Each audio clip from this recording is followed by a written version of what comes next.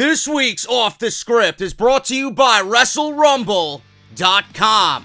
Wrestle Rumble for the entirety of WrestleMania season is holding a raffle in which you could win not only one, but two custom-made WWE Championship title belts. One will be one of your own choosing. The other one will be a classic old-school Winged Eagle WWF Championship title. The rules are simple. Go to WrestleRumble.com. One entry will cost you $10. Drawing ends on March 31st, and Wrestle Rumble will be using random.org to determine the winner. Once again, you guys have up until March 31st at 4:45 p.m., and the drawing will take place at 5 p.m. that very same day. Once again, that's WrestleRumble.com, and hopefully, one of you listening to Off the Script this month will be a two-time World Heavyweight Champion. Whether you are a fan or not of Kofi Kingston, I think all of us watching this are at some point invested in Kofi Kingston and his chase of the WWE Championship going into WrestleMania. Some people might not like the entire Kofi Kingston storyline because of the similarities that it draws to Daniel Bryan. And I think in 2019, where Daniel Bryan's story was a little bit more simple and believable and relatable, I honestly think WWE is finding too many similarities with Kofi Kingston here. That probably has to do with the laziness of WWE creative. But the people who don't like it are drawing similarities to Daniel Bryan back in 2014, and they're applying it to Kofi Kingston, and what the end result is with Kofi Kingston is a story that is far too unbelievable and too far-fetched for us to fully invest our time in. There was a lot of questions and concerns that I had coming out of that Gauntlet match, and some people didn't really understand where I was coming from. Oh, you're a racist. Oh, why don't you just come out and say that you're a racist, JD? My logic and my concerns about professional wrestling, they do not at all exist in this realm of racism. So the people that are bringing up this race card are bringing it up because I honestly believe you have the IQ of a fucking pencil. You're a fucking retard. And I mean that wholeheartedly. You don't know any better. Your only defense mechanism is you're a racist. If you don't like Kofi, if you're not behind Kofi, you're a racist. You can't question anything with Kofi or you're a racist. This is the mentality of the modern day individual just walking Earth. This is the mentality of the modern day fucking individual living and breathing today. You gotta go to one of those fucking easy outs. Oh, sexism. Oh, racism.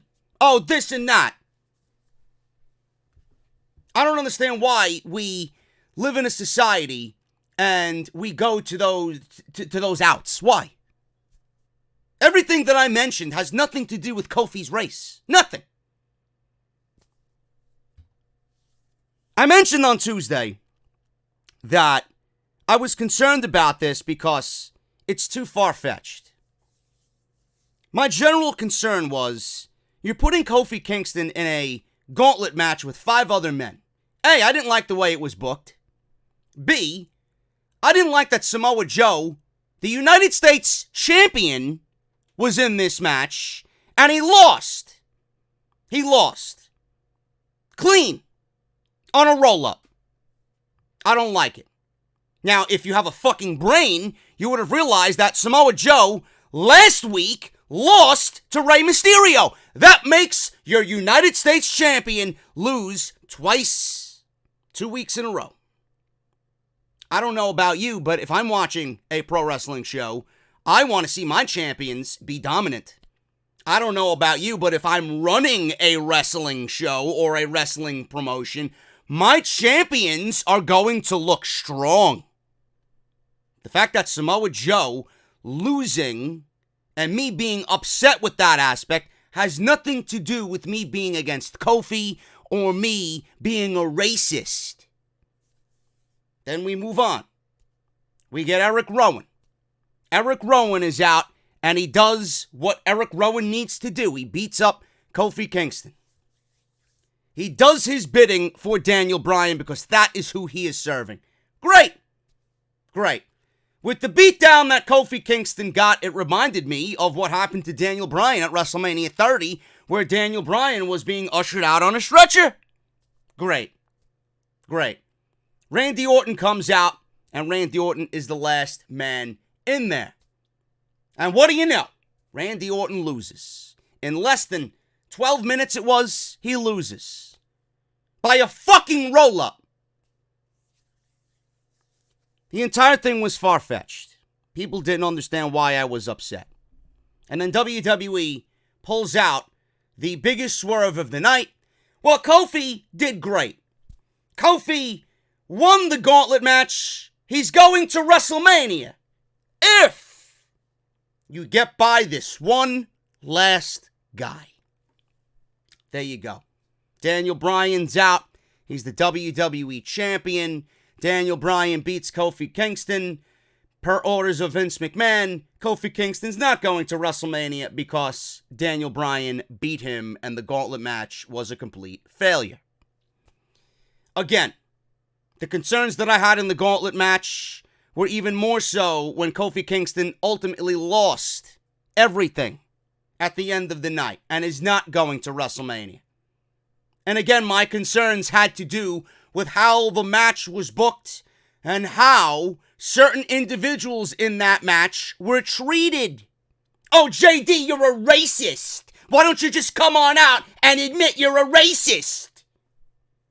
Why? Because I want my United States champion to look strong going into a championship match with Rey Mysterio?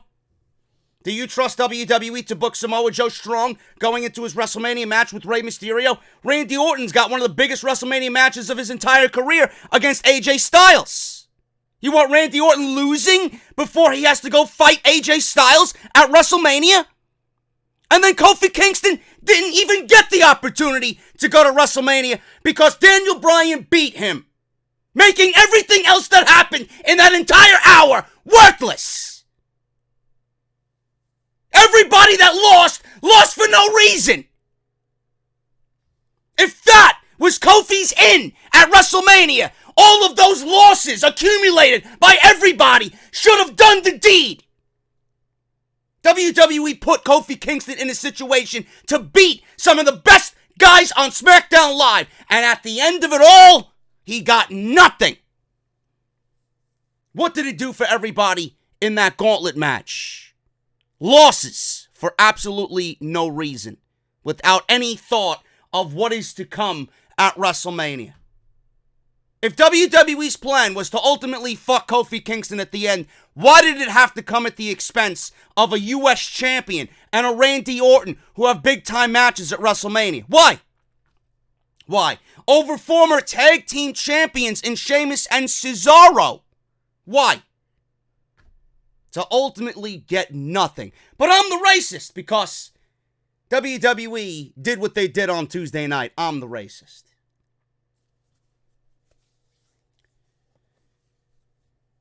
You can't be throwing around that easy out. You can't do it. You expose yourself as a blithering fucking idiot when you do so. And it's even worse when I talk about the women. Because I don't like the way WWE's booking the women on WWE television, Raw and SmackDown, because I am displeased with the creative direction of Asuka, and I cite that some wrestlers really can't wrestle in the women's division. I'm a fucking sexist. I hate women. That means to me that you're not a wrestling fan. I don't know what the fuck you're doing here. I don't even know what the fuck you're doing watching the product. You just expose yourself as a fucking blithering idiot. Now, Big E released a Twitter video on March 20th at 11:20 a.m. Went about 2 minutes and 20 seconds long, and it cited racism. He didn't blatantly come out and say that WWE is being racist against Kofi Kingston and the New Day. He didn't say that. He coded it in a way in which we all knew what he was talking about. Quote unquote, people like us can only go so far, or people like us have to work twice as hard to get anywhere. They gave us the opportunity to get to the top of the mountain, but when we get so very close to the top, we have a certain ceiling that we cannot get past. It's pretty much what Big E was trying to say in this Twitter video. Now, I've done a lot of thinking on this. I've done a lot of contemplating back and forth. I am invested in the Kofi Kingston storyline. I am invested less now after Tuesday, but I am one who is still invested in where they go with this, because they certainly did leave you with a cliffhanger, and we're all wondering how Kofi's going to get into the WrestleMania main event. And believe me, Kofi Kingston is going to be challenging for the WWE Championship, folks, because it has nothing to do with racism. We're 2 weeks away from fucking WrestleMania, and Daniel Bryan doesn't have a goddamn opponent for the WWE Championship. Of course it's going to be Kofi Kingston. Who the fuck else is it going to be? Use your fucking heads. The story is now in the how. How does he get there? They had it on Tuesday, and they fucked everybody and wasted everybody's time. Yes, it's storytelling. Yes, it's a journey. But I think there was a little bit better of a way to book that Gauntlet match at the end of the fucking day, where Randy Orton and Samoa Joe still look strong at the end, instead of accumulating losses for absolutely no fucking reason. This is my issue. It's not racism. It's not what Vince really thinks of the working black man in WWE. It's about how they waste their fucking talent.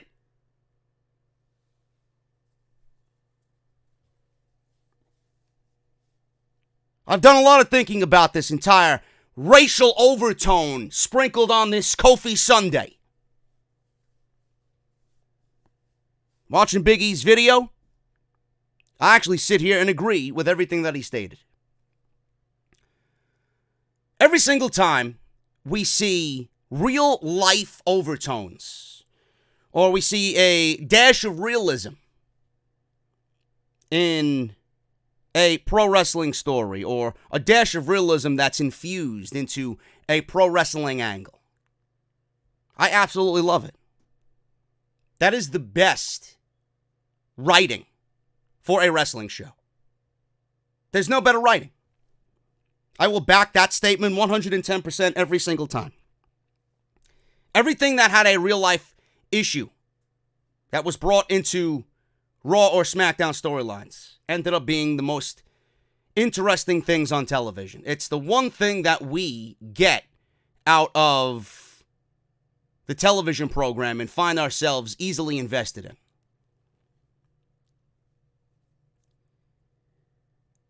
I want WWE to be careful with this. Everything that Big E said was true. Everything that Big E said was true. And I would like them to continue doing the racial overtones in this storyline without blatantly just expressing it 100%. I don't have any faith in WWE to do the right thing. Maybe they'll prove me wrong at the end of this thing. I don't want it to be about the racial issue here with Vince McMahon and the WWE against the New Day, who are three unbelievably talented black men in WWE. I don't want it to be all about that. I don't want it to be all about that. I want it to be some about that, because some of that is legitimately true. It is true. And you don't need Vince McMahon to come out and screw the black man on WWE television. You don't need to do that. You can just see in the annals of WWE history.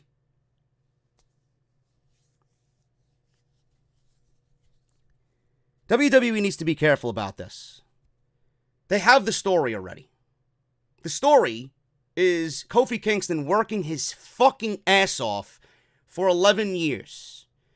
The story is Kofi Kingston walking into an opportunity that was not his. It was slated for Mustafa Ali.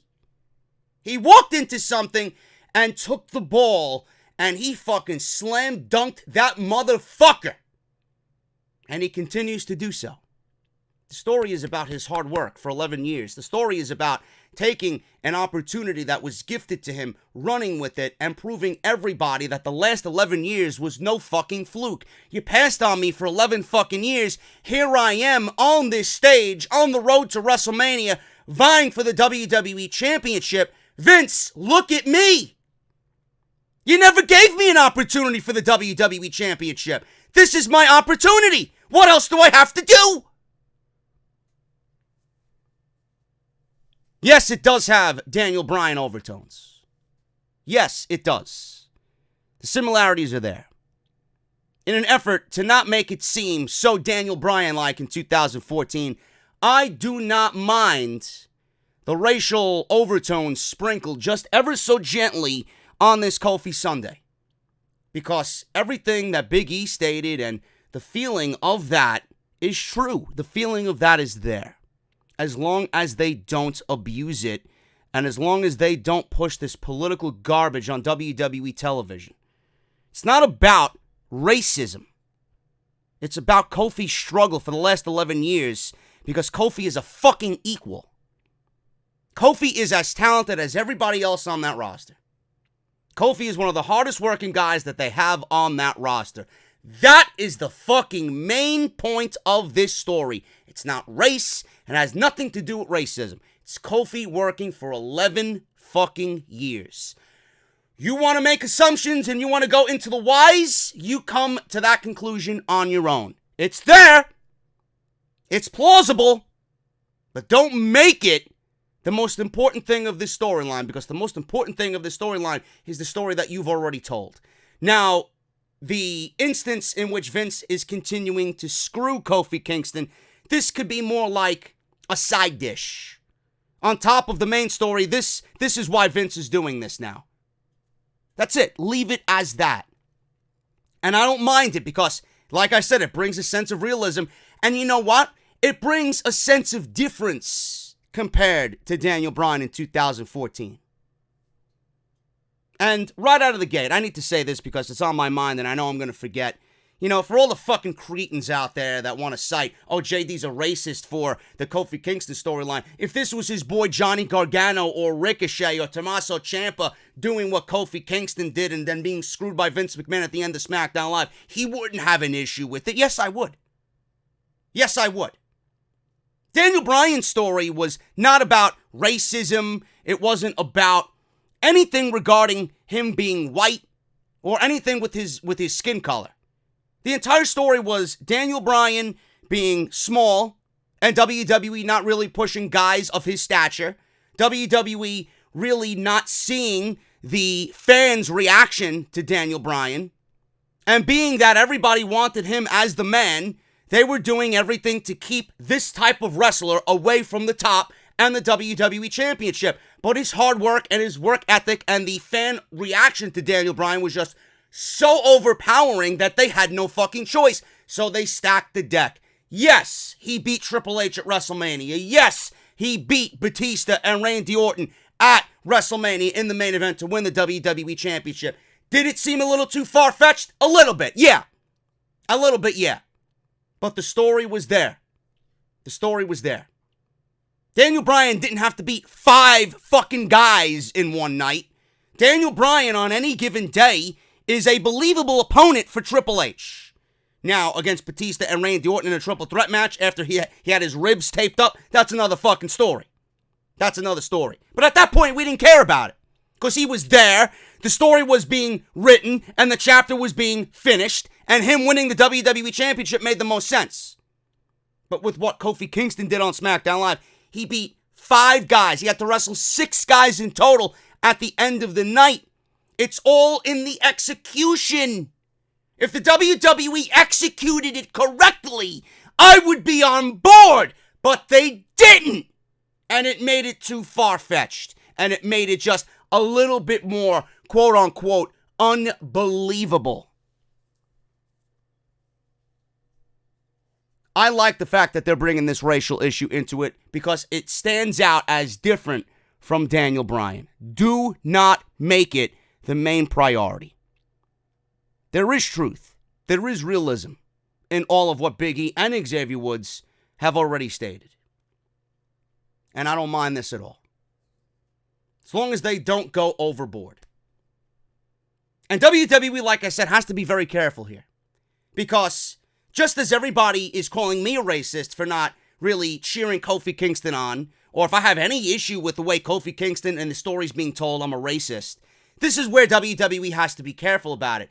If WWE goes further than what they did with Big E, do you honestly think the majority of these fucking cretins on social media, the ones who have IQs less than a fucking box of light bulbs, do you honestly think these people are going to be mature enough to handle the racial overtones, man? WWE does not want their social media pages filled with the overtones and the priority of racism here, racism there. It's all about Kofi Kingston's skin color, Daniel Bryan being the white man and Kofi Kingston being the black man. No, we don't need that. You think WWE wants that on their social media page? You think WWE fans are going to be mature enough to understand what is real and what is story?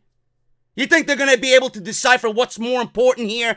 Racism's always going to be more important at the end of the day than the story. It's always going to be more important than the meat of the fucking story here, which is Kofi fucking being talented enough to be in the fucking position he's been in for the last 11 years. Nothing to do with his skin color. That's what I fear about most. Because if I state my wrestling analysis based on what I see, and I'm a racist, what is WWE going to have to do with if they bring this full out into the open and make it the biggest deal of this storyline? I hope they don't go there. I genuinely hope that they don't go there. Other than that, like I said, I gave this a lot of thought, and I'm for it. Just a nice little dash. The pasta sauce doesn't taste right. You got to add some salt, and you got to add some pepper. Now we're good. That's it. Just a dash. You don't need to make it the biggest deal of the entire story. It was referenced on commentary during the Gauntlet match. Alfred Konua. Remember him? Yeah, from Forbes. He actually observed what Byron Saxton mentioned on SmackDown Live. Saxton threw out a line that seemed to reference Kofi Kingston's race and how it caused him to work harder for his position. Nobody in pro wrestling media will say this, he says, and I'm not sure any of them got the reference, but Saxton's quote about Kofi having to work twice as hard to get half as far is in reference to him being black. Well done. Hashtag SmackDown Live.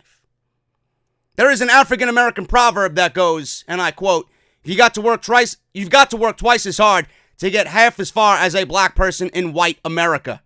This is what Saxton was apparently referencing on live television. It is unclear who might have fed Saxton that line or if he came up with it himself, but it was quite noticeable for anyone who has ever heard the original quote and understands the context of this entire story. Now, being what happened on SmackDown Live, the New Day have teased leaving the WWE.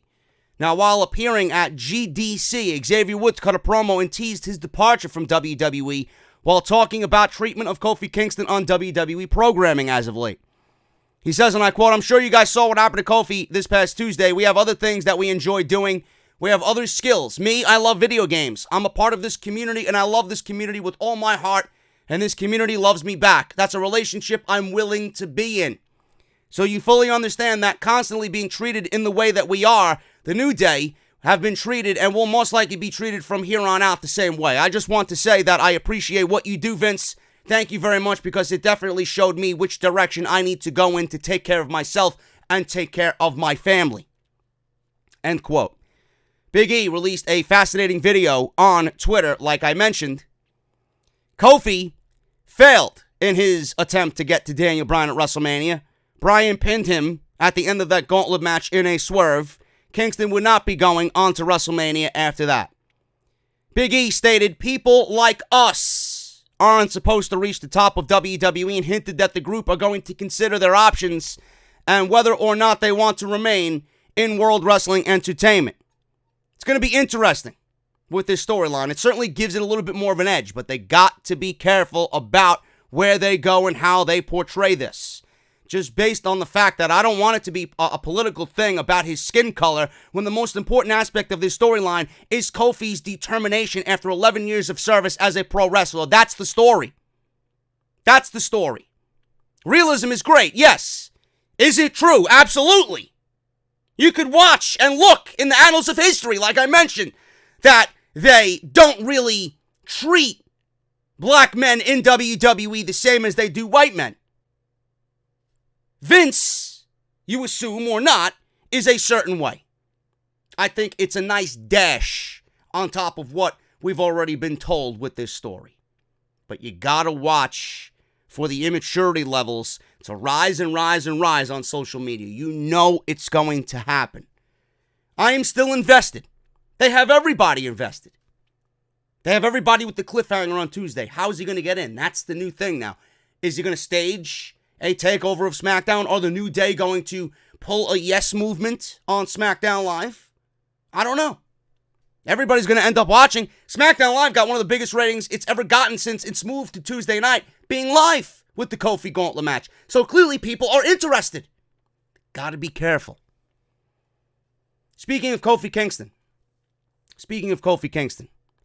he said, on being in a feud with Vince McMahon, this is a sign that I have made it in the WWE. He was speaking to Planeta Wrestling. Kofi Kingston was asked about his portion of his career right now and if it's the best time for him. He has experienced many wonderful moments, but he can see how working against Vince McMahon is certainly a sign that he's achieved something special. He says, and I quote, I guess we'll find out. It certainly is very exciting to be in this position. Like I said, being able to go toe-to-toe with Vince McMahon on the mic, to me, is a sign that you've made it. Absolutely.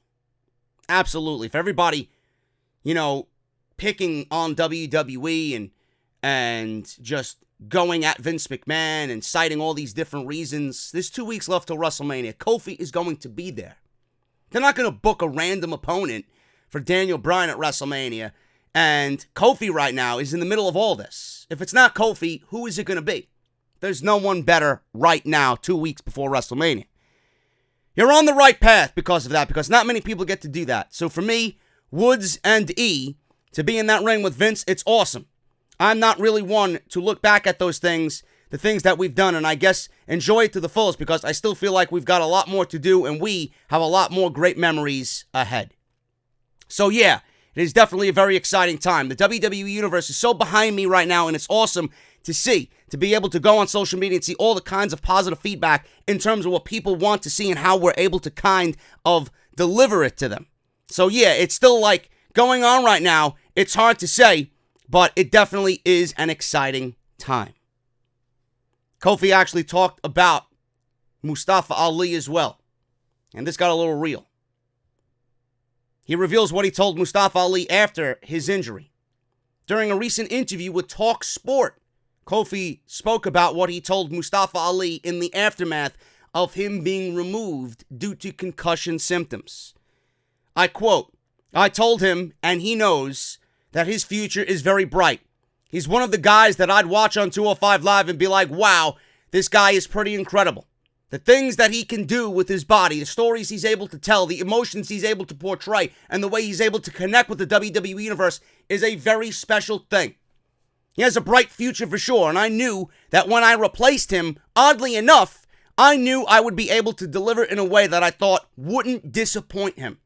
Because for him to be in that position, to watch somebody take his spot, God forbid, I would have had a terrible performance.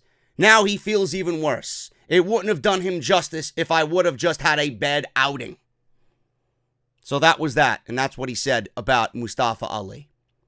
So you can see the type of person Kofi Kingston really is and what this opportunity meant to him, and him knowing better than anybody how Mustafa Ali felt in that situation. That's the sign of a true fucking just performer and someone who has nothing but the best intentions in mind. People, you got to understand, you can't be throwing around this racism card, man. You can't be doing it. If I'm sitting here analyzing pro wrestling, simply based on what happens in that ring. You have absolutely no grounds to be calling me anything but an asshole. If you don't agree with my opinion, call me a fucking asshole. I am for Kofi Kingston. I really am. And I did mention on SmackDown Live the way that they booked this entire storyline with Daniel Bryan winning and keeping Kofi out of the main event of WrestleMania, rendering that entire Gauntlet match pretty much worthless because everybody there in that match suffered a loss for no reason. I did state that if they're continuing this bullshit, it's going to make me feel more and more that I want to see Daniel Bryan end Kofi Mania at WrestleMania. I am not a racist for that. Everything I do and say and analyze has to do with WWE storytelling, WWE creative, and the way that they do things with their characters on TV. Has nothing to do with the person behind the character. And I want you guys to know. I really want you guys to know, and it's very difficult to argue what's going on here. You know, and I mentioned this several times before in the past. For the last 11 years, where was everybody on the Kofi Kingston bandwagon? Why weren't we calling for Kofi Kingston to be WWE champion for the last 11 years? Where were you guys then? You might have been a fan of the New Day, but I feel like, and it certainly feels like it, just based on how everybody reacts on social media. This is why social media ruins everything. It makes me sick. For the last 11 years, where were you? Now all of a sudden Kofi's in this position and we can't go against Kofi. Kofi is the flavor of the fucking month, just like Mustafa Ali was the flavor of the fucking month.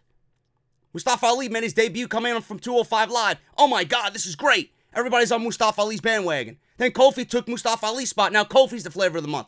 How long before Kofi wins the WWE Championship that we jump on the bandwagon of someone else to take the title off of Kofi Kingston?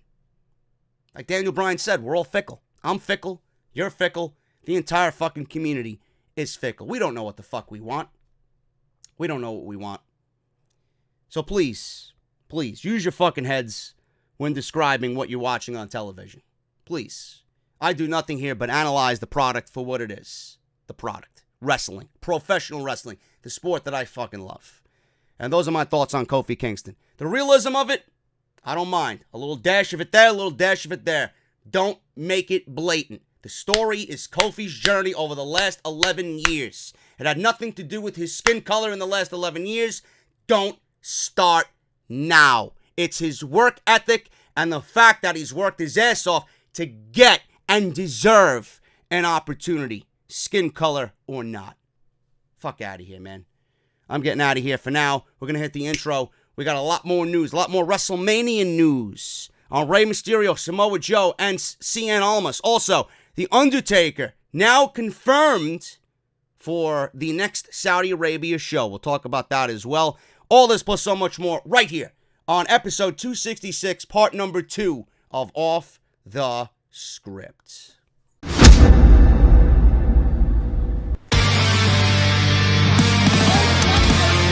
5, delete! This is mine.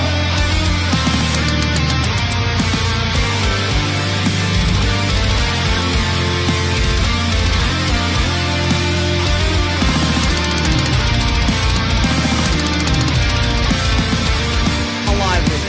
People still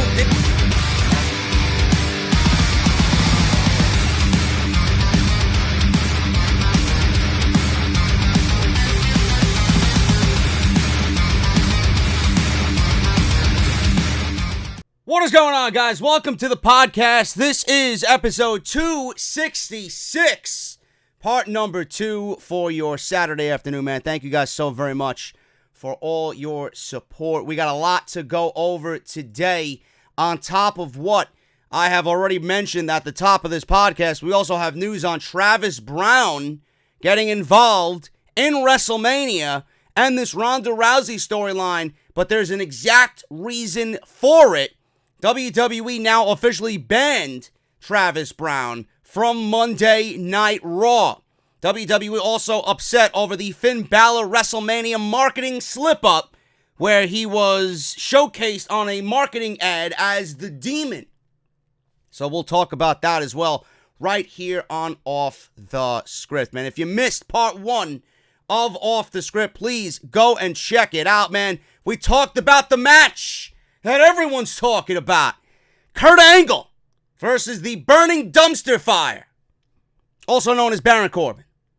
That is happening at WrestleMania and Angle's farewell match. We talked about that at the top of the podcast on part 1. Go and check it out. Link is in the annotation, that little eye that you see in the top right corner of your screen. And if you missed anything else on the channel this week, man, there's an Off the Script extra where we talk about the insane length that is WrestleMania this year.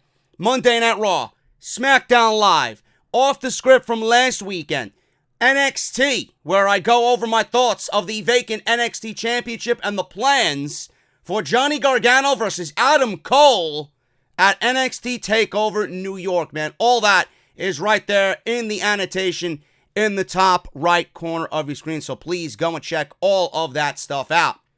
Make sure you guys follow me on social media, man. JD from NY206 on both Twitter and Instagram. Follow me on Twitch, JD from New York. Hit that subscribe button. Turn on that bell for all notifications. And when you turn on the bell, make sure that you guys have all uploads being notified right to your device. Patreon.com/JD from NY206 if you guys want to support the podcast via Patreon.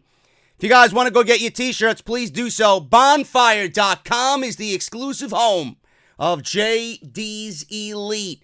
Link to the t-shirts are down in the description below. Make sure you guys go and check that out. Get yours today. Get yours and wear them to the meet and greet. Hooters, 155 West 33rd Street, New York City, right across from Madison Square Garden. The official Off the Script meet and greet from 1 to 4 p.m. Friday, April 5th. Man, it's going to be big. We got 60 people confirmed. 60 people confirmed plus another 40 who are interested in coming, man. We might blow Hooters out of the water with this meet and greet. I am so happy that you guys are interested and excited about coming on out. And it's taking place right before NXT TakeOver New York. And there's enough time for you guys to get to the Barclays Center if you are indeed going to TakeOver New York, where we are guaranteed a new NXT champion. You guys can take a Lyft, an Uber, get on the 4 or 5, and you'll make it at the Barclays Center just in time, man. So come on out. RSVP is linked in the comment section down below. It'll be pinned as the top comment in the comment section. If you guys are definitely coming, let me know. If you guys are interested in coming anytime between the 1 and 4 p.m. time slot, let me know, man. I'd love to meet and greet all you guys, and it's going to be a damn good time right across from Madison Square Garden, Hooters of Manhattan. Mania Crawl, ManiaCrawl.com if you guys want something to do right before WrestleMania on WrestleMania Sunday in Hoboken, New Jersey. Mania Crawl has been a thing for the last 5 years, and it gets together all the biggest wrestling fans around the world for a huge bar crawl. This is the 6th year that they're doing it, and all proceeds are going to Connor's Cure. So if you guys want something to do during WrestleMania Sunday, if you guys want to make some new connections, if you guys want to talk WrestleMania or pro wrestling in general with like-minded people, Mania Crawl is for you. Also, if you guys are really invested in supporting Mania Crawl, they're selling t-shirts, wristbands, hats at a decent price. Again, all proceeds go to Connor's Cure. For all information that you need on Mania Crawl, ManiaCrawl.com. Go and check it out and have a good time on WrestleMania Sunday. Harry's.com/script. Harry's is the #1 sponsor of Off the Script every single week. And you're probably asking yourself, why Harry's, JD? Why am I going to give up what I got in my medicine cabinet right now for your Harry's? Well, let me tell you why, man. Harry's founders were tired of paying up for razors that were overpriced and overdesigned. They knew a great shave didn't come from gimmicks like vibrating heads, flex balls, handles that look like spaceships. These are tactics that are genuinely used by other brands in the market to raise prices, and this tactic has been used for decades. They fixed that. Harry's fixed all that, man, by combining a simple, clean design with quality, durable blades at a fair price. Harry's bought a world-class blade factory in Germany as well that's been making quality blades for over 95 years. They've received over 20,000 five-star reviews on Trustpilot and Google alone. Harry's replacement cartridges are just $2. That's half the price of a Gillette Fusion Pro Shield. And all Harry's blades come with a 100% quality guarantee. If you don't love your shave, let them know and they will issue you a full refund. Join the 10 million plus who have tried Harry's and claim your trial offer today by going to harrys.com/script. You're going to get a $13 value trial set for free, and everything that you need for a close, comfortable shave is this: a handle. Choice of color is yours. You're going to get orange, the evergreen, or the navy blue.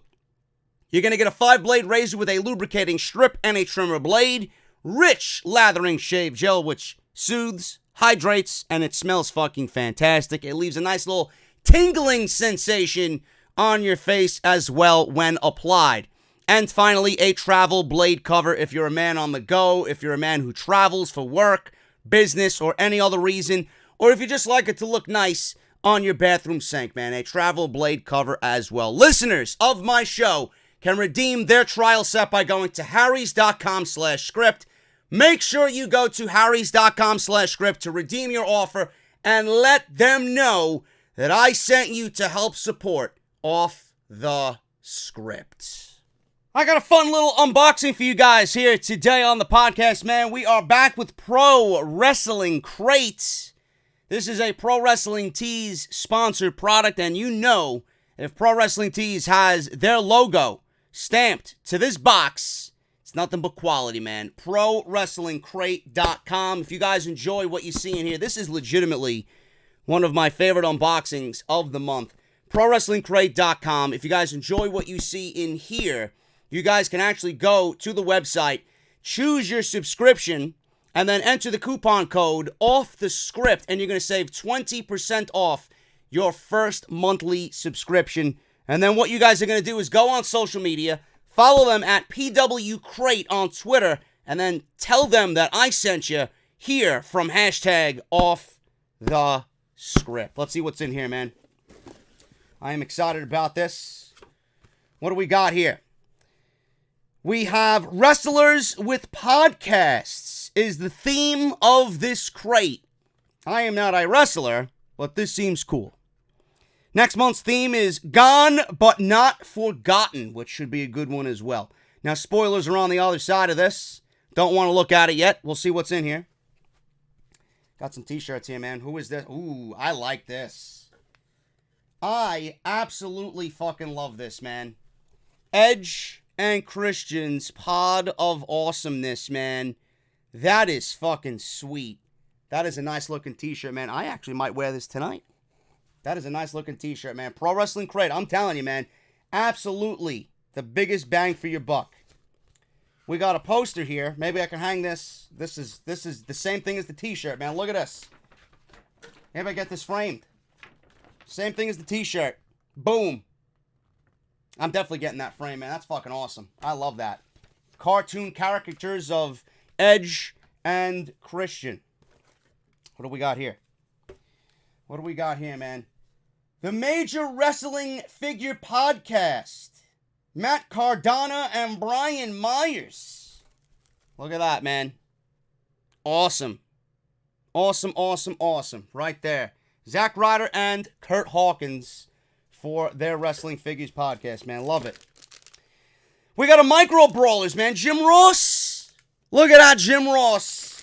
The new AEW play-by-play man. Good old JR. Well, it's not official yet, but it's coming.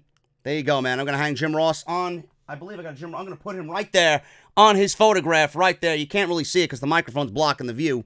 But I'm going to put him right there when all is said and done, man. That's fucking awesome. What we got here? We got a Colt Cabana something. Not really a big fan of Colt Cabana, but we're going to see what this is. What is this, a bandana? It is a fucking bandana. Colt Cabana-rama. There you go. I don't know what the fuck I'm doing with that. Maybe I'll fucking whip your sister if she gets out of line on Tuesday nights, man. There you go.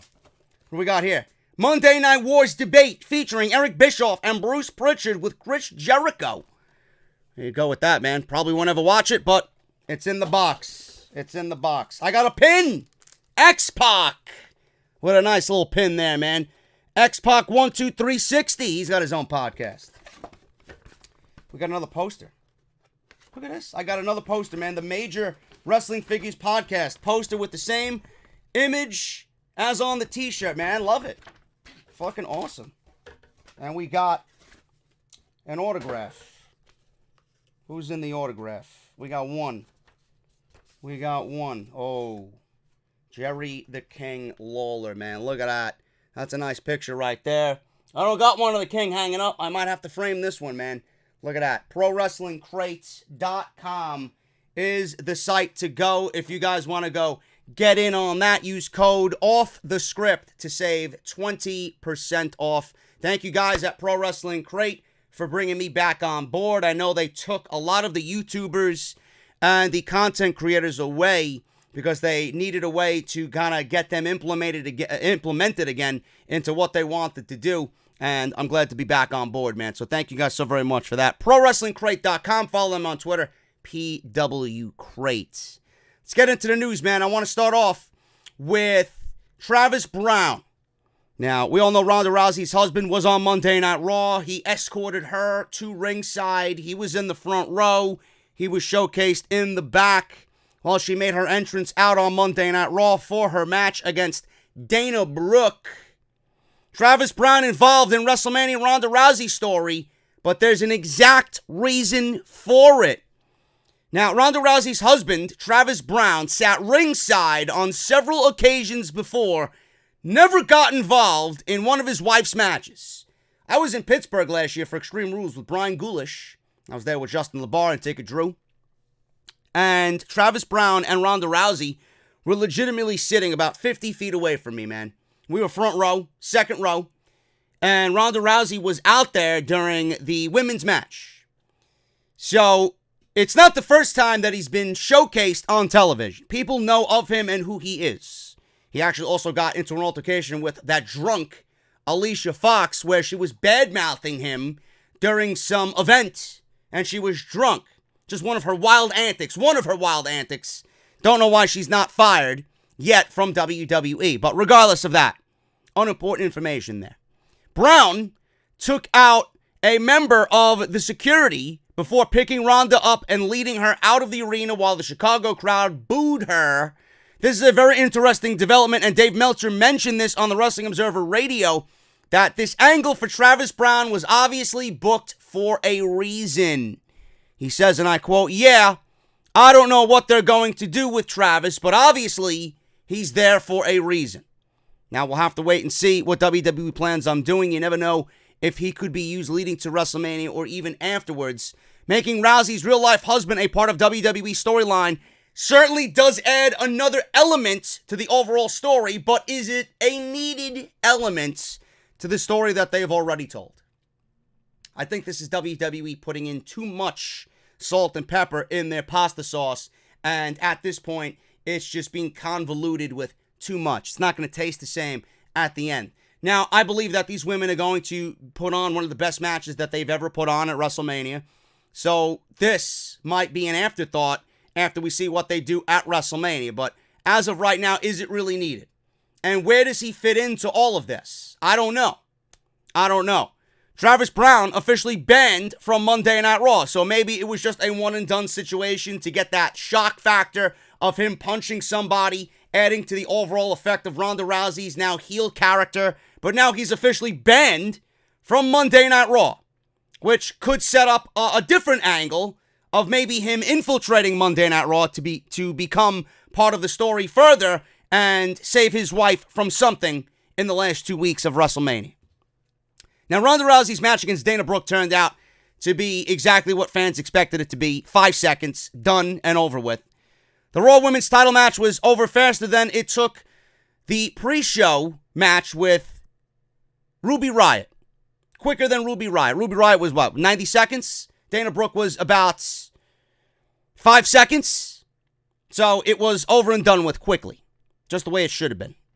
Then things really got out of control. Ronda didn't let Dana Brooke out of the armbar, which, quote-unquote, injured Dana Brooke, causing her to take a trip to a hospital, or in WWE's lingo, a medical facility, to get checked out.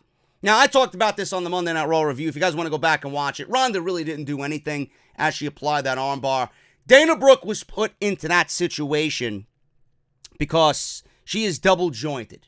Now, there was really nobody else to put in that situation, legitimately, and Dana Brooke was a casualty to sell the overall effects of the armbar. I guess we didn't have to see 60 or the armbar and pay $60 to see the armbar. She did it a week after she mentioned those things, right? If you want to see the armbar applied, you got to pay $60 to come watch me apply the armbar.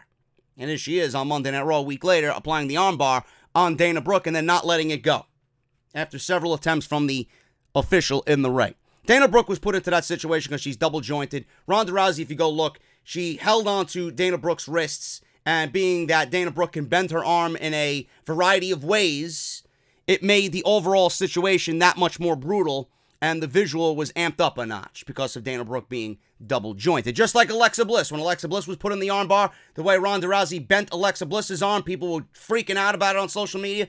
Same deal, only Dana Brooke, was placed in this situation because she was the only one, realistically, to sell the effects of the armbar and have it look brutal going into Ronda's match at WrestleMania.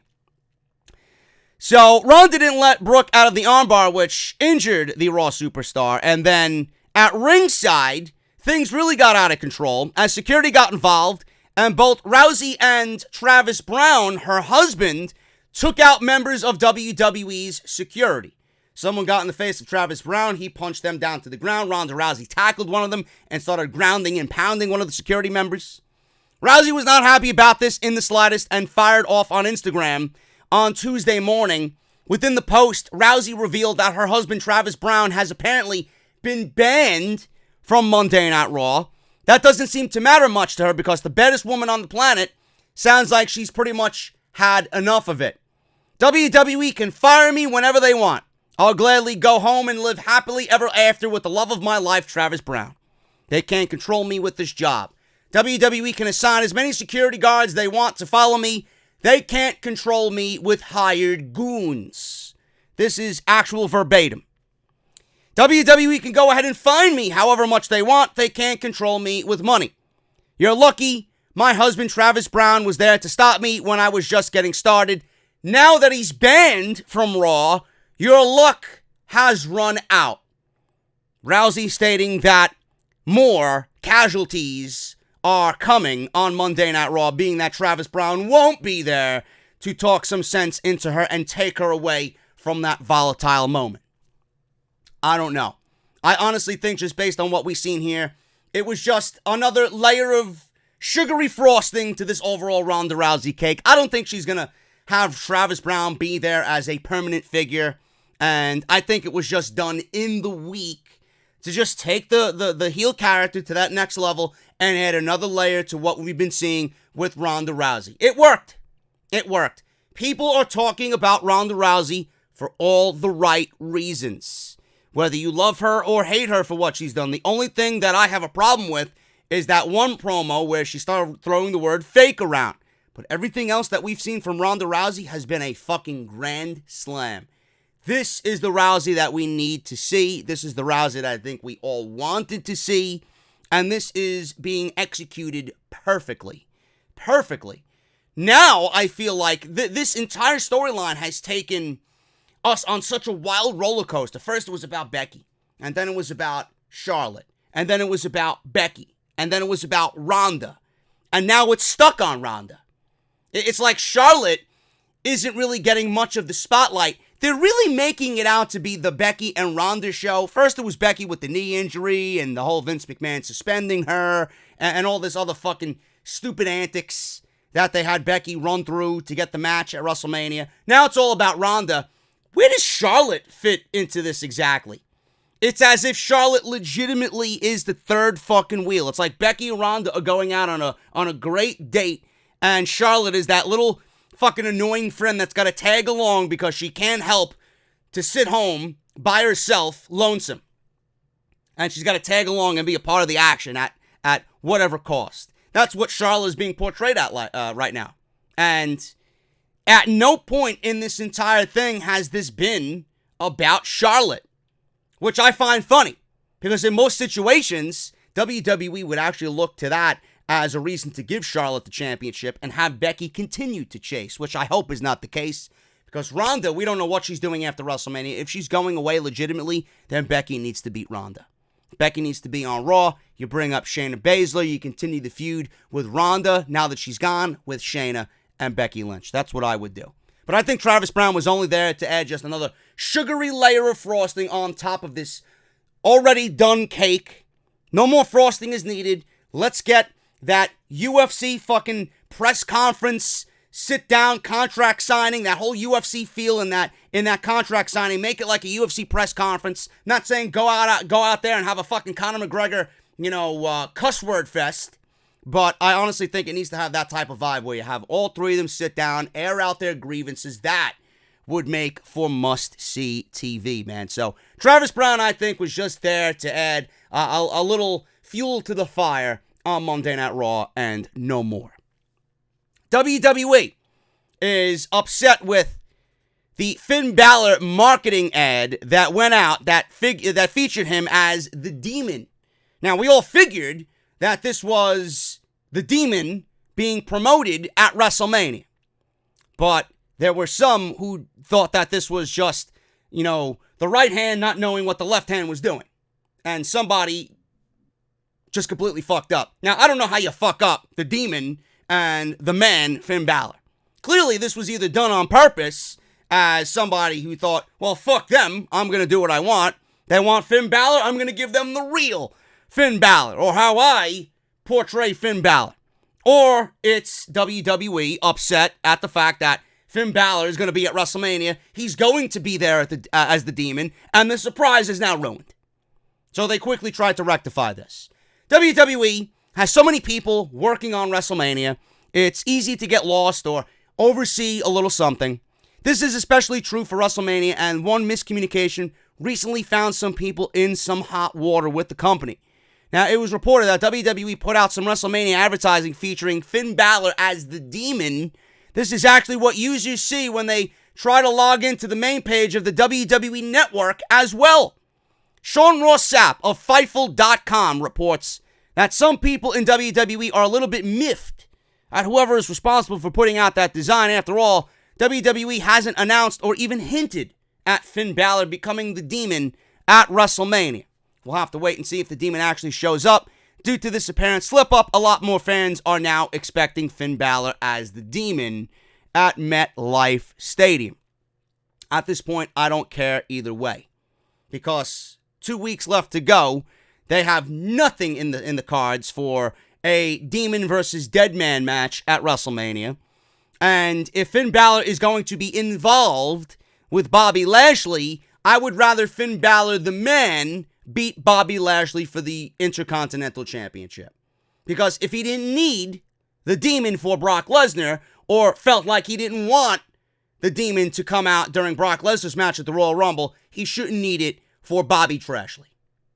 It's just ridiculous to look at. So I hope the Demon doesn't show up at WrestleMania, because this is not really the opportune time to bring back the Demon. It's Bobby Trashley and fucking Leo Rush. So just have Balor go out there, win the title back, and call it a day, and move on from this. Simple as that. Indication, speaking of The Undertaker, who was rumored to be Balor's opponent at WrestleMania, too little, too late for that. Indication that The Undertaker could be returning very, very soon. As reported by PW Insider, The Undertaker was at the WWE Performance Center in Orlando, Florida, earlier this week, with rumors that he could be returning to in-ring action soon. Now, the dead man has been absent from WWE for a while now, with some fans wondering whether or not he would quietly be hanging up his boots sooner rather than later. At this point in time, it seems as if he's still somewhat active as a pro wrestler, in the sense that there's every chance he could return at WrestleMania 35, and there's just as much of a chance that he doesn't.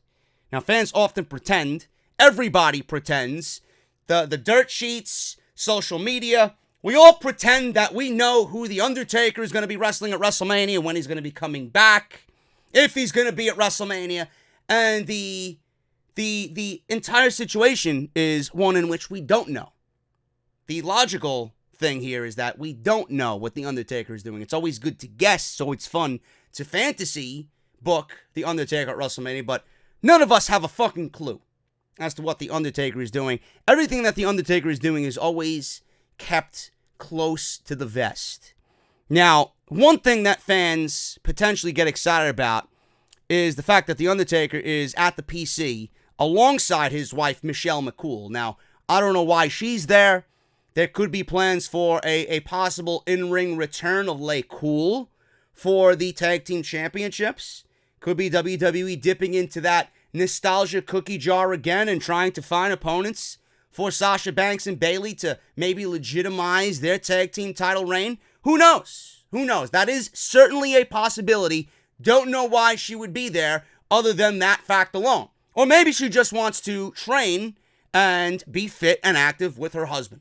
And she's a WWE alum, so why the fuck not? So there's been no confirmation as to what he is doing at the PC.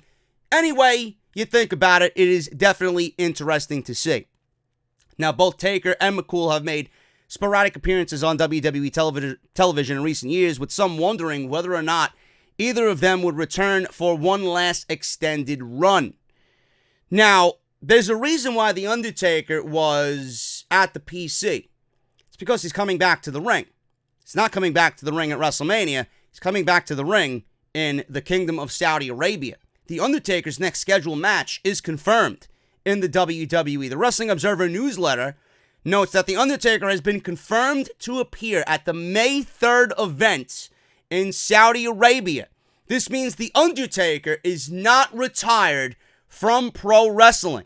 It could be a huge sign of which WWE event that WWE values more in the end. The fact that the WWE has not booked The Undertaker to wrestle at WrestleMania, but they have him booked May 3rd in the Kingdom of Saudi Arabia, it goes to show you where WWE's value lies. It isn't in WrestleMania anymore, it's in the Kingdom of Saudi Arabia.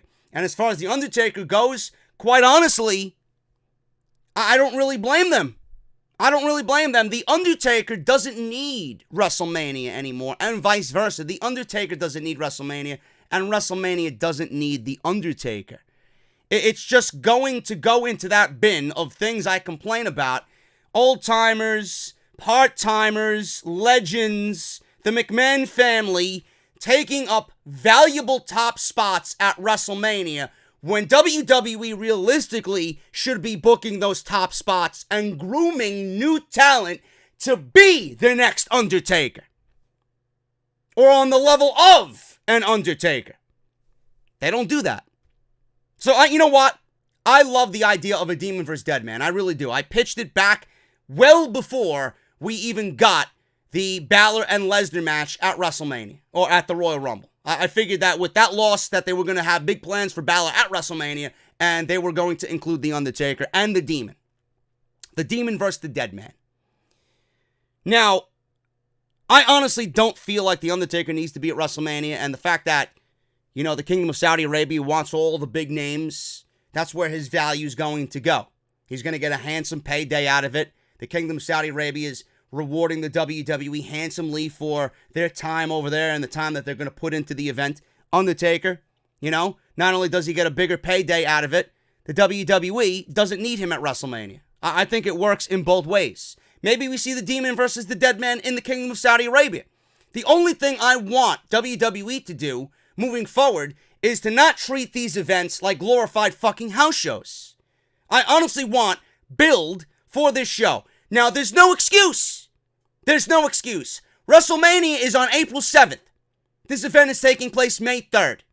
There's enough time in that month to build towards something of importance up and down this next show. And I hope to God there's no other pay-per-view in May. I hope that they really set out the pay-per-view calendar with this event in mind, and the next event isn't taking place until June.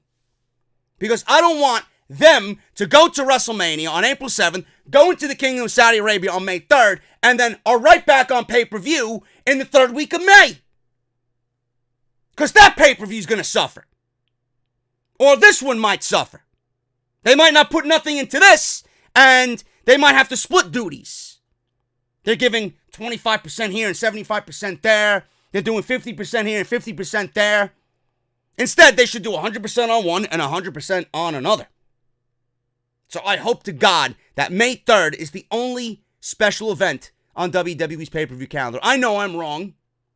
And I know I'm really, really hoping, and my hopes are just going to fall flat on their face because this is WWE of all fucking companies. The more that they do, they think is the better. But I hope to God that this, moving forward, is not treated like a glorified house show. If you are wasting our time on Raw and SmackDown to build towards these shows, you better fucking make them important. You better make them important and don't have them come across as a waste of 4 hours that I could have easily done anything else. Make them stand out and make them feel part of the overall WWE calendar. Please. It's not that difficult of a concept to grasp. So the Undertaker's not going to be at WrestleMania. He will be at the May 3rd event in Saudi Arabia. Goes to show you which event WWE values more for the Undertaker. Speaking of WrestleMania, WWE changed up big WrestleMania plans for Rey Mysterio. WrestleMania had a new title match added to the card on Tuesday night when Rey Mysterio mentioned he will be facing Samoa Joe at WrestleMania for the United States Championship with his son Dominic sitting ringside. However, Dave Meltzer said on Wrestling Observer Radio, this was not the original plan for WWE at all. He says, and I quote, "You know, Rey and Andrade were booked for WrestleMania, and why that changed, I have no idea." End quote. Now, you never know what WWE could be planning before they changed Rey Mysterio's matchup. There was a rumor that WWE was actually going to do a hair versus mask match, but apparently that's not happening even as a singles contest on WrestleMania's stage. Now, this was actually confirmed by Dave Meltzer as well.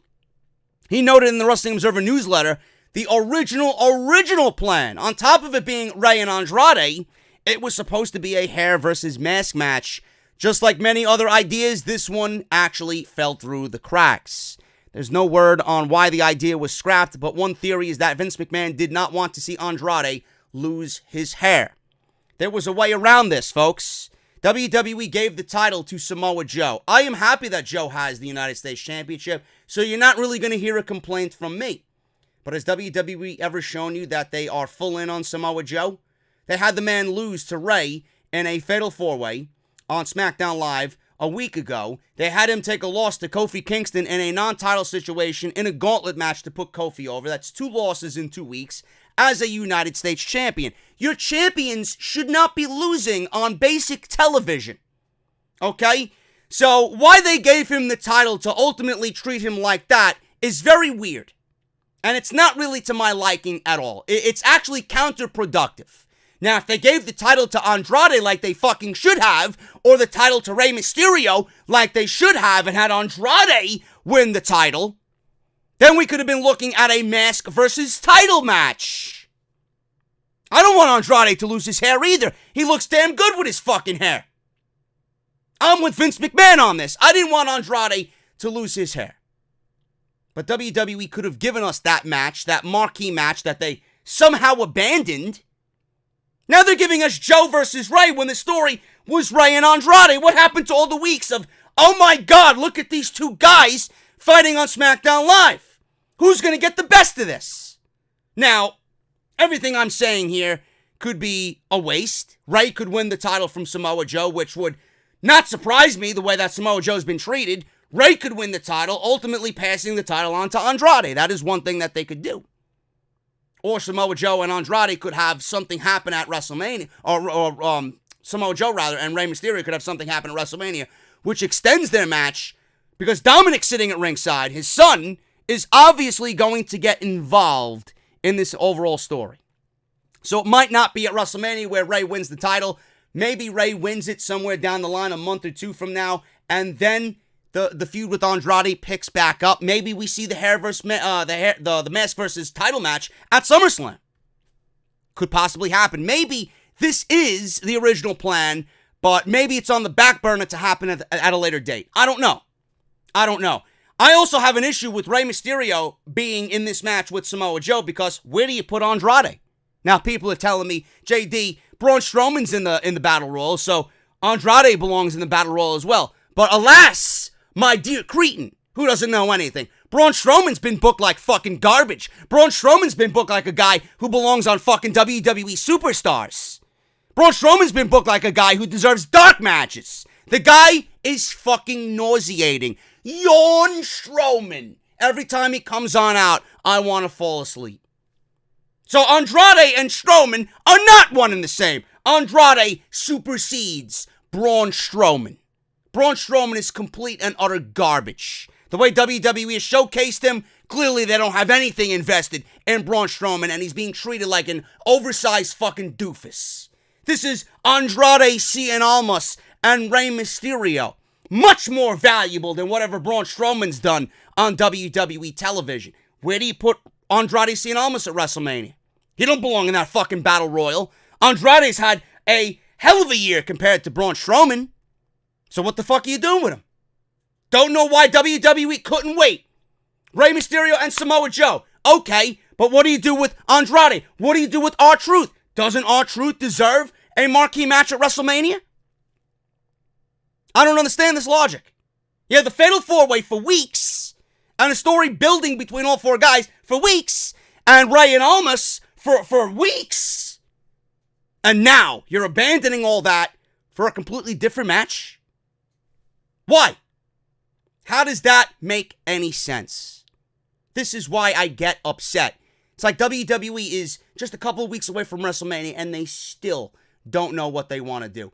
Everything regarding these titles should have been set in fucking stone already. You should have had a concrete idea of where you wanted to go. Now, one of the most talented guys on the SmackDown Live roster, one of the best wrestlers that this company has employed, is more than likely not getting an ideal WrestleMania match when we all fucking know, whether you like him or not, deserves a WrestleMania marquee match. I don't understand it. I really don't get it. So it could have been something that was in the plans. It could be waited on for SummerSlam. We could do a mask versus title match. Because right now, either way you look at it, if Mysterio and Joe is going to be the U.S. title program, there's no doubt in my mind that Rey Mysterio is going to become the United States champion, and then they might pick up the Andrade feud. I just don't see WWE being that brain dead to not pick up where they left off for the United States title and then possibly revisit this mask versus title match. As long as it's not mask versus hair. I don't want to see anybody lose their fucking hair, especially Andrade. Moving on, man. When did WWE decide on Rey Mysterio versus Samoa Joe at WrestleMania? Well, Dave Meltzer discussed this. He discussed the United States title match at WrestleMania, how long the company saw this as the direction during Wrestling Observer Live. Apparently, WWE didn't see this coming at Fastlane. If you're going to take that into consideration, how they ended with the United States title match at that pay-per-view they put on a couple of weeks ago, Dave Meltzer says this, and I quote, "To show you how short-sighted or how far this booking went, Joe choked out Rey at the last pay-per-view, Fastlane, to win when you had R-Truth, who could have lost, or Andrade, who could have lost, that are going nowhere." So that tells you on the day of the last pay-per-view, there's no way that this match was planned. Now, by that Tuesday, when Rey goes and beats Joe in that tag match, it probably was. End quote. Rey Mysterio did get an opportunity at WrestleMania for the United States Championship, and as you see by WWE's logic, with Rey beating Joe in that tag team match, I mentioned it was a fatal four-way, it was a tag team match, just the heels versus the babyfaces. In that tag team match, that's when they decided. A week ago, they decided on this. After everything that we've seen with the four of these guys in the fatal four-ways, they ultimately decided on only Rey and Samoa Joe, leaving out Truth and, more importantly, Almas. I don't get it. Why two and not all four? Wouldn't all four make a better match at WrestleMania for the United States Championship in some type of stipulation? Maybe add Rusev or Shinsuke Nakamura, make it a ladder match? I'm not for multi-man mania, but if it makes fucking sense, then fucking go with it. They have done the complete opposite, and potentially left out one of the best guys that they have employed. Why would I be happy about that? So Almas is on the pre-show in the fucking Battle Royal. There you go. WrestleMania? No. Pre-show. Terrible. New WWE WrestleMania hosts apparently revealed. Now, this might have something to do with R-Truth not being booked in the United States Championship match. After SmackDown Live was over, Carmella was booked in a big match next week in which she could earn a women's title match at WrestleMania. However, now that match is Carmella, Mandy Rose, Sonya Deville, and Naomi in a fatal four-way to go on and challenge Asuka at WrestleMania. Now, however, R-Truth was there, and he also revealed that they now have another role at WrestleMania. He says, and I quote, "I've got some exciting news that I want to share. Guess what? We are hosting WrestleMania." End quote. Carmella was surprised to hear this news, and R-Truth promised the world's biggest dance break. She acted like R-Truth was just talking and nothing is official. After all, Alexa Bliss was announced as the actual host of WrestleMania already. Now, I don't know what this is. Is this R-Truth playing dumb and just saying some random shit that really isn't going to be? Or did they, A, already eliminate Carmella from this fatal four-way so that she's not going to WrestleMania to challenge Asuka? I don't think she is anyway. As I mentioned on part 1 yesterday, I think Mandy Rose is going to win the title at WrestleMania.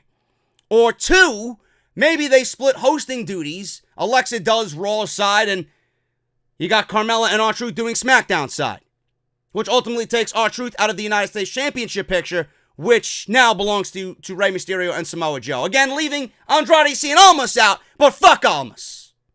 The guy worked his ass off to get a prominent match at WrestleMania, and he gets nothing.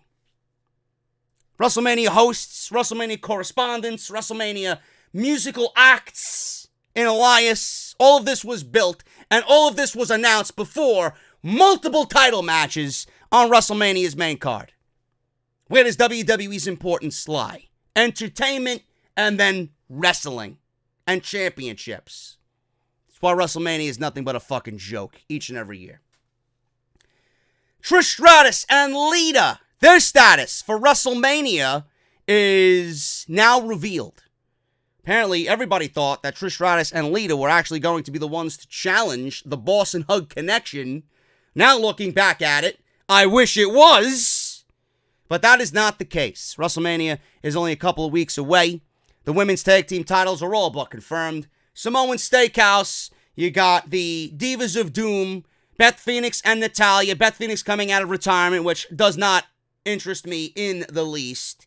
And then you got the fucking Cringe Sisters, a.k.a. the Iconics, who are just god-awful at what they do in that squared circle.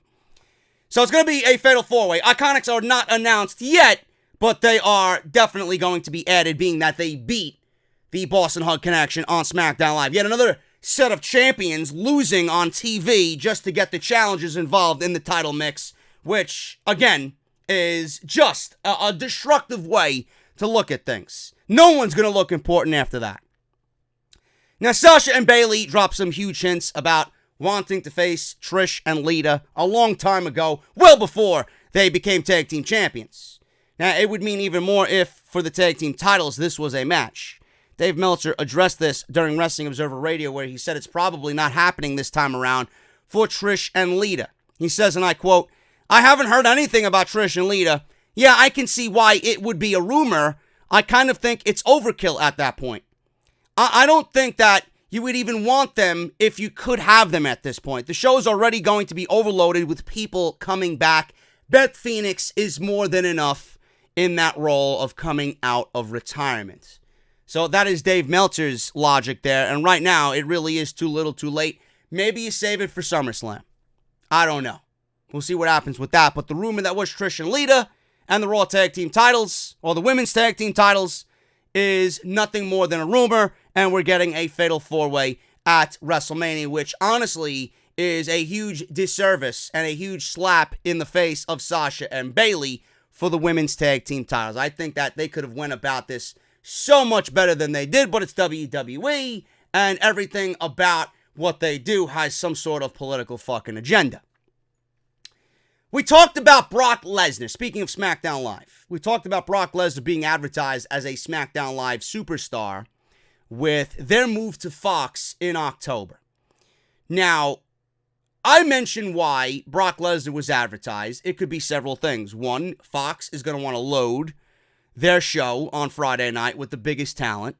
Lesnar's probably not going to be champion by that point, so maybe he makes a switch in the superstar shakeup, which is probably highly unlikely because they're not going to take Lesnar, if he stays with the WWE, away from Raw and make him a SmackDown Live superstar exclusively. He'll probably be one of those guys that kind of is injected into the, fuck the brand split category. He's Brock Lesnar. He could do whatever the fuck he wants. Whatever he wants. He could stay on Raw, and then he could show up on SmackDown Live. He could be one of those floating free agents. He'll be there when it's necessary, or he'll be there when he wants to fight a certain somebody, whether they're on Raw and SmackDown. They're not going to make Brock Lesnar a exclusive SmackDown Live superstar. This is what I mentioned the last time I brought this story up. Now, this was actually talked about in the Wrestling Observer newsletter. They painted a much more realistic picture of what actually went on during this entire rumor. Apparently, it all came down to miscommunication and the fact that the announcers simply weren't aware of the current WWE product, which is absolutely plausible. He says, and I quote, "It was not a WWE commercial, but something said during a sports broadcast, and it could be one of the anchors just figuring Lesnar would be there as the biggest star, not knowing about WWE actually having a brand split or anything, or it could be that he'll appear on both brands, or even just SmackDown after the draft." The same thing that I mentioned last week. But the more obvious and plausible aspect of this is that the Fox anchors, who don't know anything about professional wrestling, probably were uneducated in the brand split and the overall WWE product. Now, only time will tell if Brock Lesnar will remain with the WWE, get switched to SmackDown Live, be in the WWE at all, depending on what he does with the UFC. We don't know. But all we know is that if it happens, it's going to be one of those floating free agent deals. So we'll see what happens with Brock Lesnar. I'm expecting them to load up that show on the debut night on Fox. Moving on here, man. We're going to end with this one because I'm all out of news this week. WWE dropping huge money on a new global headquarters. I'm glad to see that all their dirty money from Saudi Arabia is going to use. WWE is moving out of Titan Tower and likely selling the property. Man, am I going to miss that on I-95, driving up Connecticut through Stamford, seeing that fucking WWE logo in the distance, man, while I'm driving up I-95. It's going to be sad not to see that there. I wonder where they're moving. Now, they have a new location in mind and have plans to move eventually, but there is still some work that must be done first. There was even more information about WWE's new global headquarters in their 8K filing. Now, we have specifics on a lot of the details involving this massive move for the company. This new office space is 415,266 square feet with 2 attached buildings. Those attached buildings could be utilized however WWE sees fit, but it is likely that they will house the company's production to streamline the organization. The landlord of the new property will be completing renovations by July 1st. At that time, WWE will build their own interior improvements. The landlord is currently dropping $40,377,716 for the cost of improvements WWE needs to make. There will be 5 renewal terms set at 5 years apiece. WWE must provide written notice to the landlord no later than 15 months before the end of the current term or renewal term to extend their lease. WWE has a rent-free agreement for the first 18 months that they are at the new location. Then the company is set to pay $19,100,809 a year for this new location initially. It will be payable on a monthly basis and then will increase to $20,927,392 per year on the 6th anniversary of the date that the rental starts. It is also set to be raised up to $22,800,000 per year at the end of the 11-year mark. Now, that is a lot of money to drop on a huge long-term plan. However, WWE obviously has the funds with this kind of global headquarters to continue on the company's continued expansion. Almost $1 billion from NBC Universal, $1 billion from Fox, $500 million plus from the Kingdom of Saudi Arabia. They are good to go with overall liquid assets the company has with the WWE stock at over $8 billion. They are good to go with their new offices and global headquarters. I'm glad to see that they are giving more space, a more cozy environment for the creative writers of Raw to continue to write a shitty fucking show. I'm hoping with the new comfort and the new lush pad that they got for the global headquarters, maybe the new environment would give them some inspiration to write a better show. But they're spending $22 million a year at the end of the 11-year mark to give a home to the creative writers to ultimately write a 3-hour fucking snooze fest on a weekly basis. Glad to see your money going to use, WWE. There you go. I'm assuming it's still going to be in Stamford, Connecticut. I don't see them moving out of Stamford, Connecticut, being that all the higher-ups in WWE live in Stamford, Connecticut. So I don't know where this new global headquarters is going to be. As soon as I find any information on that, I will let you guys know. But more than likely, it still will be in Stamford, Connecticut. Probably somewhere else in the vicinity, not knowing where. As soon as I find out, I will let you guys know. I am getting out of here, man. Thank you guys so very much for all your supports. I don't know if there will be a part 3. Right now, I'm running low on news, which is just bizarre to me because it's WrestleMania season. You figured I'd be fucking bursting at the seams with news. I got nothing. I got absolutely nothing. And if anything, I'll give you guys an AEW video because there's been AEW news that I've been neglecting. Possible new design for the AEW World Heavyweight Championship. Not WWE. AEW signing more female talent as well. So we'll probably do an AEW Off the Script extra on Sunday if there is not enough news for part 3 of Off the Script. But if this is the end, thank you guys so very much, man. Please hit that thumbs up. Let me know what you think of the overall stories. Let me know what you think of the Kofi Kingston story. And leave your comments down below. Sound off down below in the comments section, man. If you guys want to follow me on social media, please do so. It is highly recommended. JD from NY206 on both Twitter and Instagram. Follow me on Twitch if you guys enjoy the video game thing. JD from New York. Hit that subscribe button down below. We are nearing 108,000 subscribers, man. Turn on that bell for all notifications and click on that you want on all notifications. Patreon.com/JD from NY206. Harrys.com/script for your free trial. Audibletrial.com/offthescript for your 30 days free of Audible, including 1 free audio book of your choice. If you guys missed them, go and check them out. Everything that you missed on the channel linked in the eye that you see in the top right corner of the screen. Go and check all that stuff out. And again, hit that thumbs up.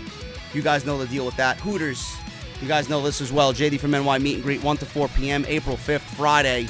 155 West 33rd Street, New York City, across from Madison Square Garden. Come hang out right before NXT TakeOver New York, man. Should be a really, really fun time. I am getting out of here, guys. Thank you so very much. Until next week, I will see you guys right back here on 267 of Off the Script. Follow me on Twitter, man. There might be or might not be an Off the Script on Sunday. I will keep you guys posted. Just follow me on social media for all the updates. Until then, guys, hit that thumbs up, and I'll see you right back here with more content in the new week as we head closer to WrestleMania. I'll talk to you guys soon.